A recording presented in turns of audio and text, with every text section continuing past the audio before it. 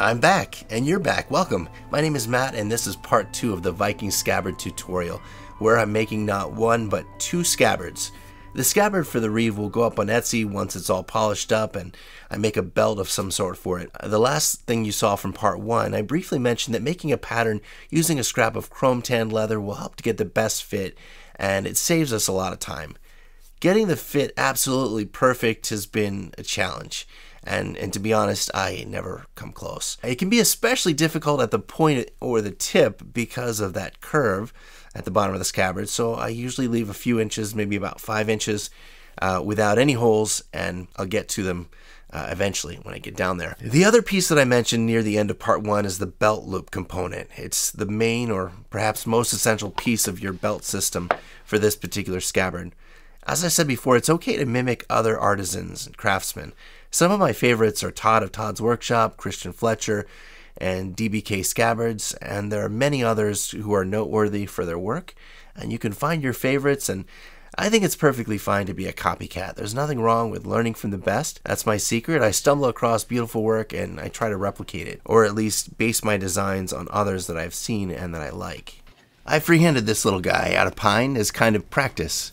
I wanted the top to be carved in a knot pattern and to have an animal head or something like that on both ends. If I remember correctly, I did the bluish purple sketch first and then I carved the pine wood loop, but rather than work from an actual pattern, I was just winging it, which is why it doesn't really look like this sketch. So I made a pattern as if viewing the loop from the top and then viewing it from the side. It's kind of a cross section, and that'll help me to get the shape right before I add the details. Also, remember all those little pieces of leather that we attached last time? I'm finished with their placement on the reeve scabbard, but for the hearser I decided that the loop should be higher.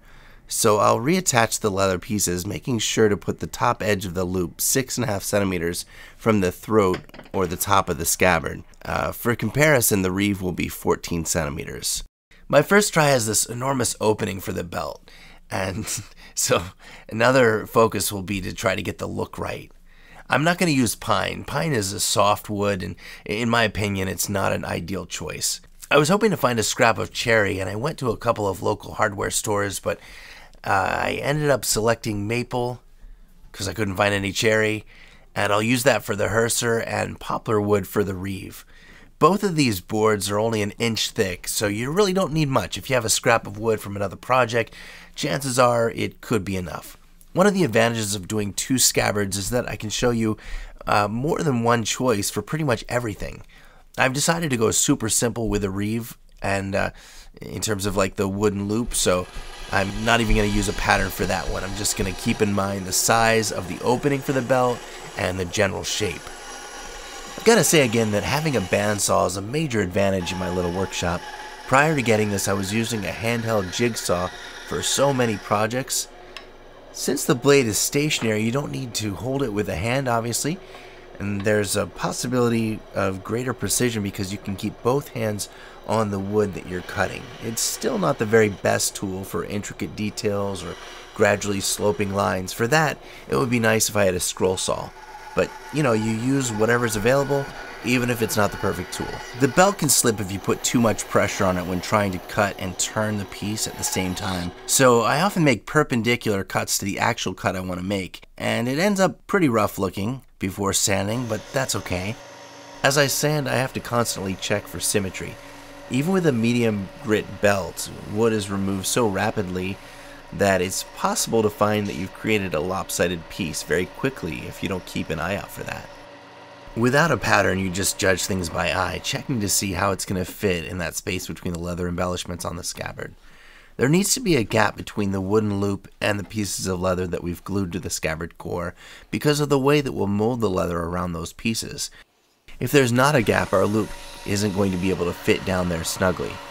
Once I'm satisfied with the profile as viewed from above, if you can call that a profile, the top can be carved as well, and a bevel added to give it a more finished look.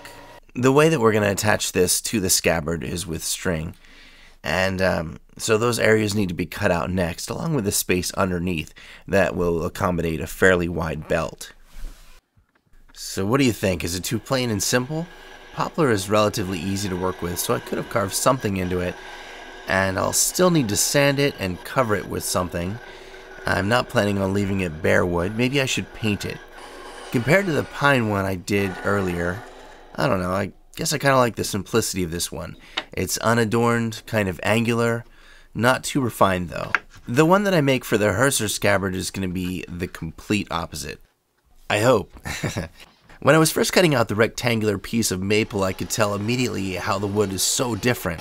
It's dense, harder, it has a finer, prettier grain than the poplar's barely discernible grain. It's not too surprising that maple is used in making furniture. It's a really beautiful wood to work with. So like the poplar loop I just finished, I'm going to start out with the pattern that looks down. That looking down one. And the bandsaw cuts out the basic shape just like before. And then I'll move to the belt sander to refine and round the edges and smooth away any marks left by the bandsaw. And then in the really small corners or shapes, I'll need to use something that can do fine work. And this is where I rely on the Dremel. Pretty much all of the fine details will be done with a Dremel. Is there a better way? Couldn't I maybe whittle it out? I'm sure there are other ways that you could get that done with maybe fine chisels and sandpaper. And what else? I'm not sure. But for the sake of convenience and time, I'm not going to explore those kinds of other possible options. If you have any input, certainly leave comments. I love the feedback that I get there. I use a thick graphite pencil to make markings. I don't think you can overuse it. If you need a reminder of where to sand or what should get cut out and what should be left untouched, it's a quick and easy way to do this. We're getting very close now to the final shape. We'll remove the cutout for the belt on the bottom and the two small cutouts on top where the string will cross the loop and secure it to the scabbard. And then some quick sanding, maybe 220 grit sandpaper to make sure that there aren't any obvious places that were missed. And then it's time for the fun part. When I sketched out these animals for the concept drawing that became my thumbnail for part 1, a member of my family, who will remain nameless, remarked, "Nice bears." But I really wasn't sure that they were or should be bears. I wasn't going for like a lifelike portrayal, and I especially wasn't trying to draw cartoon animals. So I'm not sure I'm especially happy with the carved animals. At the top though, I really like the Celtic and Norse style knots, and I have for a really long time, ever since I tried to draw one when I was a kid. So this particular knot is not my own design, but it's part of a cross in the UK. From a carving standpoint, it's somewhat difficult. And that's why I wanted to do a practice run with the pine piece.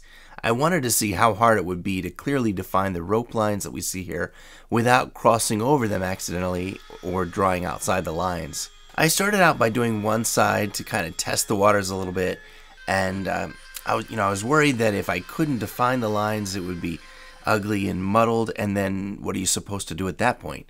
So I'm really taking my time here. It turned out okay. While working on it, I began thinking about how the thread or string would stay in place and would help to keep the wooden loop in place as well. And I decided that the best way would be to add a few cords of leather to create like channels for the string, the same way we would if we were planning on attaching straps and we wanted to hold those in place. These two additional straps might look nice here, and if we wanted to create a little bubble at the throat of the scabbard, we can add a little sliver of leather there as well.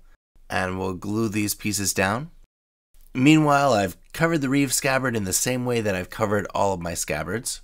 I mentioned that I don't want bare wood for the loop on that one, so I'm going to age it a little bit with some oil paint. I'll use a little burnt sienna, a little burnt umber, maybe some Van Dyke brown.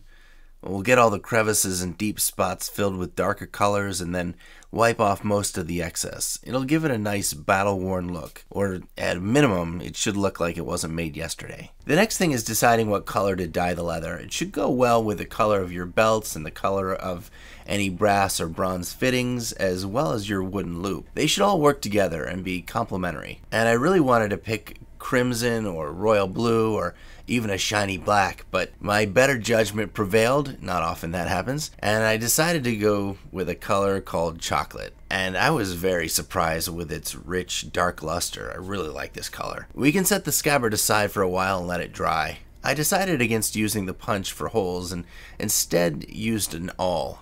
After this is finished, it's time to carve the leather with the Thor's hammer and knot design. and I really wanted to edit this out because I made a number of rookie mistakes. So this is a case of do what I say, not what you're seeing me do. First, I thought I could do a little shortcut and draw the design right onto the leather, but this is not the way to do it properly. You should put your design on paper and trace through the paper with a metal tool usually onto damp leather for the purpose of transferring the design. And then the other gigantic error that I made was I began to carve and stamp way too soon. The leather should be damp and drying, and maybe even nearly dry, but it should not be soaking wet. Soaking wet leather, when you carve it, it doesn't split the same way. It doesn't open up the way that you want to see it open up. And so, like I said, rookie mistake, because I felt like I needed to get these scabbards finished quickly.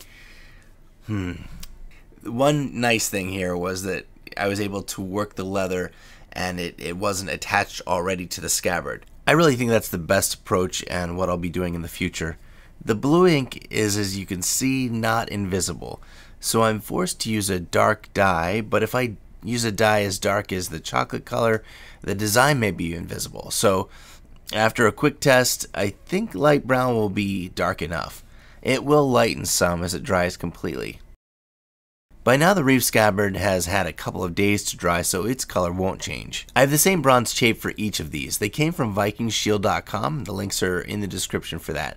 Friction will hold them on, but might give them a little squeeze with pliers to tighten that grip. If you're careful with it and you don't use too much, I think it's okay to use a little bit of epoxy as well. I'm going to simply use linseed oil to finish the maple loop. It's going to yellow a little bit as it ages, and it's not as durable as a modern varnish, but it's still a good choice when it comes to accuracy and appearance. And then the last thing will be to secure the loops with some string, and that's easy. We'll tie that up, use about 2 yards for each, and then I'll take a needle and tie those in the back. If you want to purchase the Herser, check out VikingShield.com. They provided me with a shape for this sword, and I certainly recommend them. You'll find the link in the description. So that's it for now. Leave a comment if you want. I love hearing from you. Thanks for watching.